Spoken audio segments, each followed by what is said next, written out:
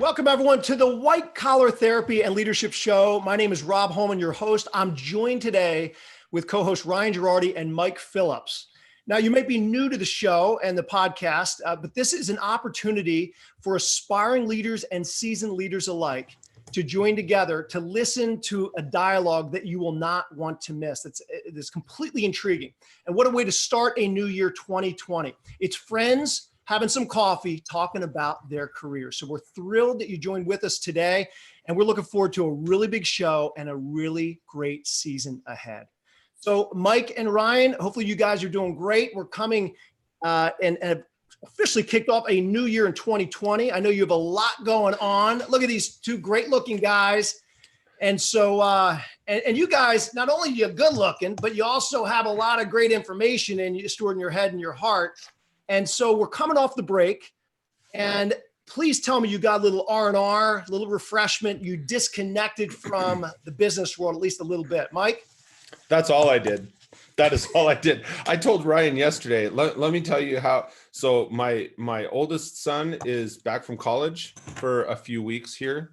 I got to hide this deal because I got so much glare. And then it's even lighter. I'll just roll with it. So my oldest son's here from college, and he's in college. They get this like month-long huge Christmas break. So he did a little couch surfing, thankfully, over the holiday because there's a lot there.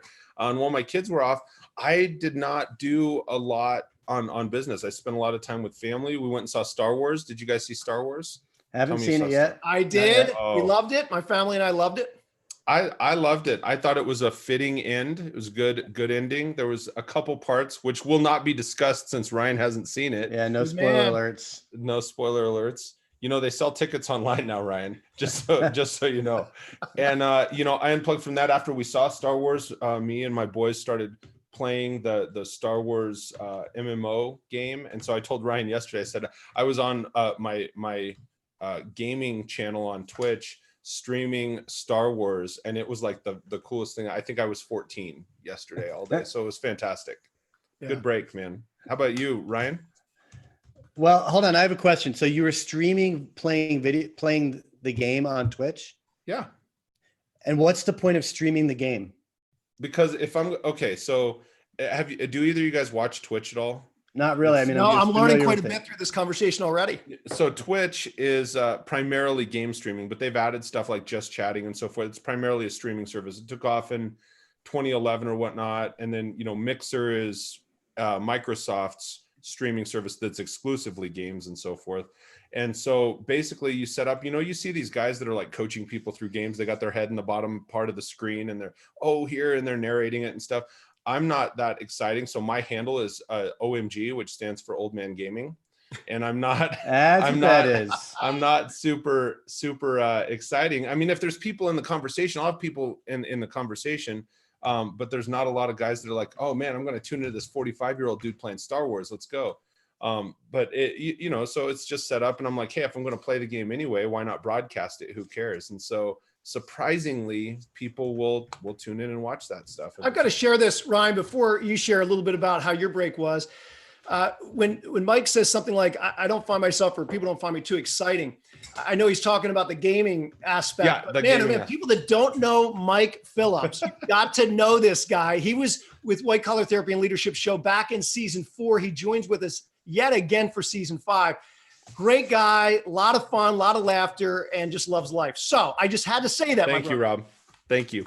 Ryan, how was your break?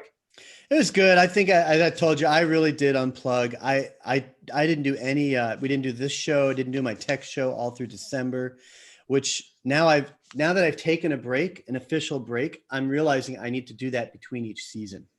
Yeah. And that's going to be something I do, is at least take 2, maybe 3 weeks off between every season. So I'll probably have like 10 seasons a year. So I get lots of breaks. Ryan, is it safe to say you're taking multiple sabbaticals a year? Yeah, you could say that from each show. Yeah. Yeah. No, it was good. I had this idea that going into the holidays, I was going to get caught up on a lot of production, podcasts, videos, blogs, all sorts of stuff. And as the holidays, it's pretty much 2 full weeks, right? I just found I was able to do less and less and less. And after about 10 days, I'm like, you know what? This is fine. I'll just enjoy a few more days off. And the grind starts today. Yeah. It starts today. All right. And grind, now grind, I want to encourage all of us. I need to be reminded of this too, and especially the white collar therapy community and even new listeners and new viewers here. Grind sometimes has this connotation as though it's going to be all difficult. You know, when we hear certain words or phrases, sometimes they can even have a negative connotation in American culture anyway. And grind is one of those, I just got to gut it out. I got to bring the grit. And I think we can go about our work, yes, working hard, but go about it with a joy and anticipation and expectancy of new doors opening up, new opportunities, new possibilities, some favor with people in business relationships and in life. And I think now if we can almost redefine a word or a phrase, it sets us up, in my opinion, to even greater success based on the things that really matter. So I absolutely agree. No, grind, it's so funny because I hear you. It gets to be that, it's like this, some people hear it and it's like the sandpaper grit across the, but ironically, I do a lot of acronyms in my shows and such. And I'd shared one a while ago. And then there's another book that came out and it's titled Grind, Get Ready, It's a New Day. So GRIND. So that's a different perspective to look at it. So Rob, how was your vacation, man? It was pretty awesome. Of course, as we know, I had shortly before the holiday season kicked off, I had a new release of All In, and look at that! I'm here to help. Yeah, so random. So random. It's here. Ironic. I had it right here on my desk. Ryan, you did too. We were actually reading from it this morning. No. You guys are just the best. I wish I could just carry you with me in my back pocket throughout the course of the day. Listen. No, with all the hype and all the enthusiasm, encouragement, inspiration surrounding the launch, which was prior to the holiday season officially kicking off, you can imagine it just felt so good to kind of enter into the holiday season on the coattails of the launch. And I was able to disconnect too, very similarly to you guys. I was able to disconnect, spend a lot of time, took off those 2 weeks with my family. We did what many call a staycation, did some day trips it was just a lot of fun, truly able to disconnect. And you guys know when you have children, regardless of any age child, whether it's younger or teenage years or whatever, R&R takes on a different definition than what you were prior to having kids. So for me, it was a pattern interrupt. I'm used to the norm and a normal rhythm of business throughout Monday through Friday. And now I was like, okay, now I'm focused. I'm honing more in on my family. So there was a depth of relationship and connection with my kids and my wife that wouldn't have been there otherwise. So I'm so grateful for that. You want to hear something cool? You just said pattern interrupt. That's the kind of stuff I write. When you see me writing, I'm taking notes. Yeah. Well, I swear I just heard that the other day. So I flipped back and lo and behold, on my last webinar, which was on video marketing, Terry Lancaster said pattern interrupt. And Terry happens to be one of our other co-hosts of the show, which we love and adore, as well as Sherry Traxler. So when you were saying R&R takes on a new meaning, originally for all of us that are older, it's like rest and relaxation. Once you have kids, it's like random and restless. right. Just go. What are we doing today? I don't know. I don't know. No, thanks, guys. I mean, I love getting caught up. We could spend, because we're such close friends, we could spend all day long getting caught up or whatever. But I know there's something on your heart, Mike, you want to share a little bit. Yeah, today. I wanted to jump in. Thank you, Rob, and wanted to jump in. Speaking of Rob's book launch here, wanted to jump in and share just a quote, starting with chapter 1. And as we jump in here, have some discussion on this morning, talking about trust. So the opening quote, chapter 1, first off, talks about building trust that lasts. And so the opening quote here, kind of our quote of the day, would be, "A healthy relationship is built on unwavering trust," Bo Murchoff. So on that, I want to, include you guys in that conversation. One, how do you take that? And what are some points that you take away? It's amazing. You can have such a simple statement that is so impactful and we'd all agree with. So how do you guys feel about that, jumping in right away? Well, my first thought is, who is Bo Murchoff? Rob? He's a guy that talks a lot about trust, Ryan. Okay, but where did you get the quote? Isn't it part of the beauty of Google? No, what I do is in anything I write, I always look for people that do extraordinary work in certain areas and at least have some level of content surrounding the topic at hand. And so I found that he has some really good things and interesting angles about trust. And I'll say this, Mike, I'll take it like this, although Bo said it had a certain angle or unwavering trust. I'll say this, I think it's impossible to really build authentic relationships apart from trust. Absolutely. Like for me, I think so much in relationships. Now this is in life, it's in business, it's in, every aspect of life, right? That if you don't have trust, a certain level, certain degree of trust, do you really have much of anything? Because so much hinges on that. If you think of it this way, like if we don't, now you're really getting me going. Hey, I'm gonna let it ride, buddy. If we don't have that, and so I'll make an argument that it's a foundation that needs to be built and built upon. So you have to build the trust first. Yeah. I'm sorry to interrupt you, but it takes, that's a process. That was one of the things that hit me is it's like, okay, a relationship's built on trust. And you started to say it, whether it is a business relationship, a personal relationship, a friendship, family members, you have all these different circles and pieces of influence throughout your life. And every one of them takes a level of trust and understanding. But going back even before the trust, like there's a building process for that foundation. There's a building process for trust also. Sorry, keep going. No, go ahead, Ryan. Well, I want to add, I think there's different flavors of trust. So it's one thing is, do you trust this person not to say, screw you over or lie, cheat, and steal? That's one kind of trust. But there's other kinds of trust, such as accountability, dependability, right? Things that you can, like we do this show, right? I trust that you will be here as promised. And that's a level of trust too. So are there other levels of trust that we need to be mindful of in our relationships? That's a good point. I don't know, Ryan, I hear you that there's different aspects. I don't know. I kind of view, and this is the beauty of relationships and talking this through, because there's certain angles, Mike, that you're going to have, Ryan, that you're going to have, I'm going to have, to where at the same time we put it all in a pot and stir it up. Hopefully, I know we're all going to gain something from it. And I believe the white collar therapy community is going to gain something from it too. I just find, I don't know, I feel like trust all feeds into this. I don't know. It all kind of filters and goes down in this one pot, if you will, that in a sense, like trust has so much to do with so many different aspects of life, so many different aspects of relationships, but could we define trust a little bit today? Maybe that would help. Well, I was going to ask you, where does it, can you define where it comes from?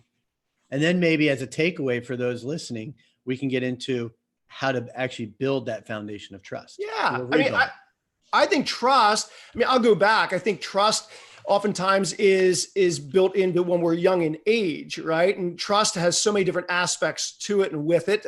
Some people could say commitment, staying true to your word, accountability, loyalty. Would you guys add anything? And then maybe we can take some of these words and phrases, and is there a red thread that we begin to find? Sorry, it's the coach in me. I could give you guys answers all day long. Well, I had the definition up before, when we were talking about as I was looking this up. And so that one of the things I like about definitions is they're thought starters also.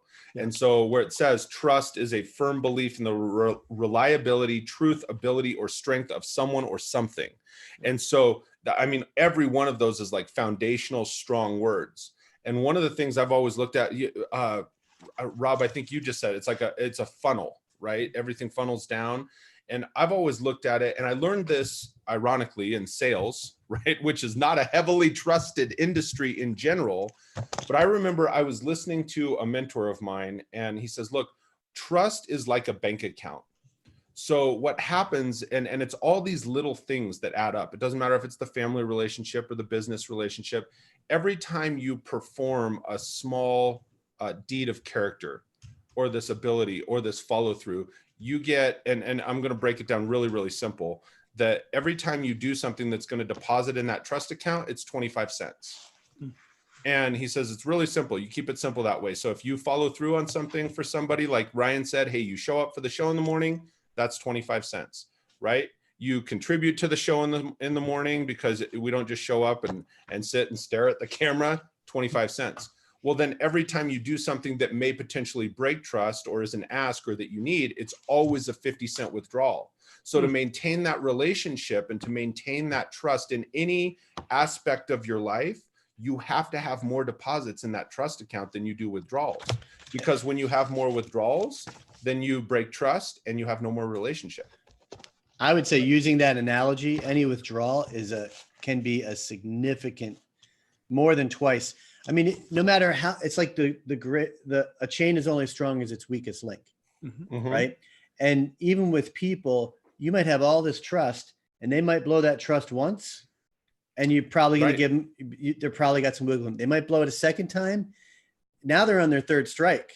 And if that trust is broken a third time, you probably won't be able to have it again. You know, I'm gonna chime in with an interesting, some interesting stats that has to do with initially building trust in a very short period of time. You know, let's say you meet someone for the first time. I want you guys to take a guess to make a good first impression that actually has trust off and running. Comb your hair and brush your teeth. There you go, man. Seriously. How much time do you think you have to make a great first impression? Again, meeting someone for the first time, in which trust, you know, as a foundation, again, not a depth, but a foundation quickly is built. How much time do you think you have to make a great first impression? I'm going to take a guess, and I'm going to make a span. Yeah, I think it's please. 3 to 10 seconds. Okay, good. Ryan, guess. I was thinking around there, like, upwards to 8 or 10 seconds. Good. 1/10 of a second up to 7 seconds. Up to 7. 1/10 of a second. Back it up a little. I know. There we go. Listen, the point is, I know we'd all agree with this. Making a great first impression is everything. Now, let's say you get off on the wrong foot. Maybe you're not brushing those teeth as well as you should. Maybe you didn't put on the deodorant. Maybe you said something. The first thing that came out of your mouth, you're like, oh, I take that back. That wasn't the right thing to say. I've done that. How many visits with that person would it take to cover over making not such a great first impression? How many times make up for it? Yeah. Once or twice? 5 times. 7 times. So if you add mine and Ryan's together, we're right. The power of 3. And I say that to say there's people like we're meeting new people all the time in business, right? There's a person that joins a team for the first time, and it's our first conversation with them. It's someone that we bump into in a convenience store on the way home that again, for the first time. I want to encourage us that when you meet someone for the first time, that first or initial phone conversation, that email interaction, that face-to-face cup of coffee, that Skype or that Zoom call means everything. And it doesn't mean that we should be walking on eggshells, afraid to be, but the more free we are to be ourselves and confident to be who we are and understand our purpose and live according to it, now there's a glaring opportunity for trust from the get-go to be built and built upon in just a dynamic way. So I just wanted to share that with you guys. I think you're 1,000% on. I love these conversations, man. I'm sorry, that's where my mind wanders to. But I think when you're talking about like meeting somebody for the first time, one of the things that in mass in society, many people, I won't say everyone, but many people have become at some level of narcissistic because of social media, and so they're worried about posting and making it about them. And when you come into a position like whether it's a Zoom call or a Skype call or an in-person meeting, if you can break outside of that, what may be becoming the norm, and actually make the other person the most important person, really listen more than you speak sort of philosophy, that's one of those things that right away, when you're saying, hey, it takes, 1/10 of a second to 7 seconds, I think that's one of the most valuable things. If you allow, if you're asking someone how their day is, give them an opportunity to respond, and then actually be thoughtful about how you respond to their response. I love that, Mike. And, I have to share this. If we're talking, I took us down the road a little bit of making a great first impression. Mm-hmm. But what do you guys think too about, there's just relationships that we have in life. We've had them for months, if not years. And some are much healthier than other ones. So how do you guys, how do we handle those? Some that we might be walking on eggshells a little bit more, others that are relatively healthy, but there's always a greater depth of trust to be built. Well, I think in your first chapter of the book, I think one of the foundational pieces is, and this is throughout the book, but I 100% agree with the thought that you have to communicate. Yeah. You have to have the fortitude to communicate with that person and know that, hey, normally if it's heartfelt, honest communication, if you're genuine in what you're saying, even if the other party doesn't agree with it, it's still accepted because you have, regardless of what level of trust you're on with that person. It's like when the three of us were talking, I don't know, a few months ago, just about the show in general. And I said, hey, I have a few thoughts and suggestions, kind of behind the scenes, and not to bring it into this show, but I said, I have a few thoughts and suggestions. Don't want to hurt any feelings. And you guys are like, yeah, shoot. I know that when we were having that conversation off board, probably, there's 1 or 2 out of 4 things that you guys probably agreed with. And there were just as many that you didn't. But because we have a good relationship and somebody's bringing that communication to the forefront, then it's, people are going to be accepting of that. Mike, I agreed with all 5 of your things. Ryan only agreed with 4. So I don't know if that puts me a little ahead of him in our relationship. Well, Rob, I think you just did one of your no-nos on your list here on page 8. Oh, did I? Now, I wanted to, just for folks that are watching this, on page 8 of Rob's book, All In, is your chart. And on the left-hand column are things that members of teams do with an absence of trust, things that they do. Right. And on the right are things that members of trusting teams do. And that's taken from Patrick Lencioni, has done extraordinary work with the 5 dysfunctions of a team, the advantage. He's written so many wonderful things. And part of the beauty, and you guys know this well, part of the beauty as a content producer is, it's not all new things. Now there's some interesting perspectives. Certainly I have inside out leadership perspectives I bring to the table as it relates to trust, but I'm a total student and I love researching people like the Lencioni's and many others on the work that they've done, the extraordinary work they've done in the area of trust, but he's one of many. Yeah. I was reading something and I can't recall what it was years ago, but it was modern, constructive interpersonal development type of information. And I'm reading it and I'm kind of reading between the lines. I'm like, this is exactly like ancient Aztec teachings. Yeah. It's the same message, the same principles, just spoken in a different language. Sure. I mean, all things, I think true reproducible values and principles, they need to be applicable to the modern generation. I mean, seriously, in order for people to truly grasp it and have a higher level of receptivity. So anyway, I just, guys, I love this conversation because we're talking about people we're meeting for the first time. We're also talking about people that we've maybe had a relationship with for years. And Mike, one of the things that I love that you highlight too is it does come down to connection, which I talk about in chapter 1. And connection has everything to do with presence. And if there's one thing that we miss many times in our culture because of the busy, go mentality, and that's why I come full circle when we played a little catch up, was the importance of disconnecting on occasion. Why? So we can actually reconnect and be more present with the people and the things that truly matter at the end of the day. And in the book, I clearly lay out just some practical things to help people and leaders alike generally connect from the inside out in a much more efficient and effective way. So listen, we could talk all day about this. Almost every aspect of our time together, we could talk hours and just begin to scratch the surface. But because time is of the essence and we really try to stay to around 30 minutes in each episode, Ryan, anything that you want to kind of bring up as it relates to housekeeping items with the white collar therapy community? Yeah, let me do a quick orientation for folks. So if you want to make sure you subscribe to the Auto Conversion blog, because that's where we post announcements about upcoming shows like White Collar Therapy. So we do this every other Monday. And the White Collar Therapy show season is 6 episodes, alternating every other Monday, and then a season finale. And what we decided to do this year is for our season finale, we're going to dedicate that as our group coaching webinar. And so it's an opportunity for anyone that wants to participate in the show from a coaching standpoint. You'll be able to be on the air with us and interact with us for that season finale. So in these posts is information about what we're talking about.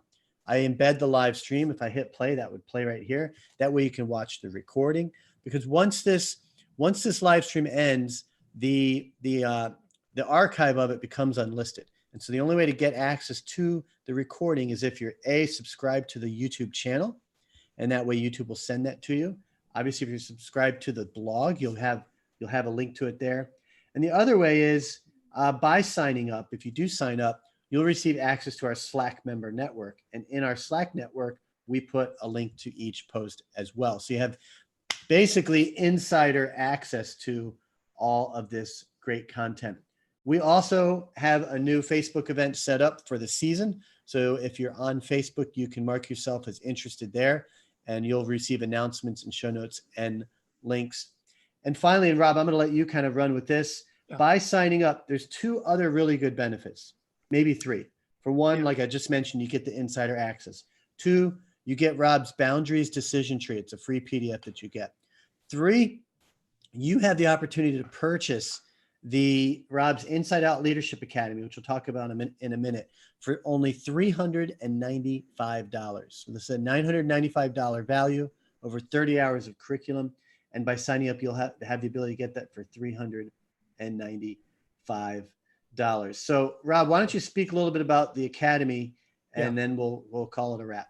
Yeah, the Academy is, basically deals with a lot of my Inside Out leadership principles. The flagship course for the overall Academy, that's $395, is my Lead the Way course. As Ryan already mentioned, 35 plus course hours, keynote talks I've given, interactive workshops that I've also given, interactive exercises, quizzes. I mean, it is full-fledged. It's for the aspiring leader, committed leader that really wants to grow in their Inside Out leadership ability and effectiveness. So it's $995 value. And for $395, if you go all the way to checkout, put in the code WCT19, WCT19, and you will get 60% off. It'll take it from $995 down to $395 as a White Collar Therapy community member. One of the things, you guys, I am so jazzed up about, I get jazzed up about everything, Mike and Ryan. You guys already know that. But one thing in particular for season 5 are these coaching webinars. We're going to have them on a quarterly basis, and it's going to be doing a much deeper dive in some of my Inside Out leadership content, as well as content that Mike Phillips and Sherry Traxler and Terry Lancaster bring to the table as well. And so we're thrilled. And this is going to be for White Collar Therapy community members. And so you can go to the whitecollartherapy.com page, sign up if you're not already signed up, and you will have access to the Boundaries Decision Tree, as Ryan already mentioned, get a discount on the Leadership Academy, and also have access to the quarterly webinars. And we'll make sure to get out all that information as we climb up on that date that's going to be coming probably much sooner than later. So all that being said, what a great initial episode for season 5, Mike and Ryan, I got to say. And if this is anything of what the future holds for the rest of season 5, I know we're in for it as well as everyone else in a great way. So here's to 2020 and kicking off the year right. On behalf of Ryan Gerardi and Mike Phillips, I'm Robb Holman. Make it a fantastic day. We'll see you.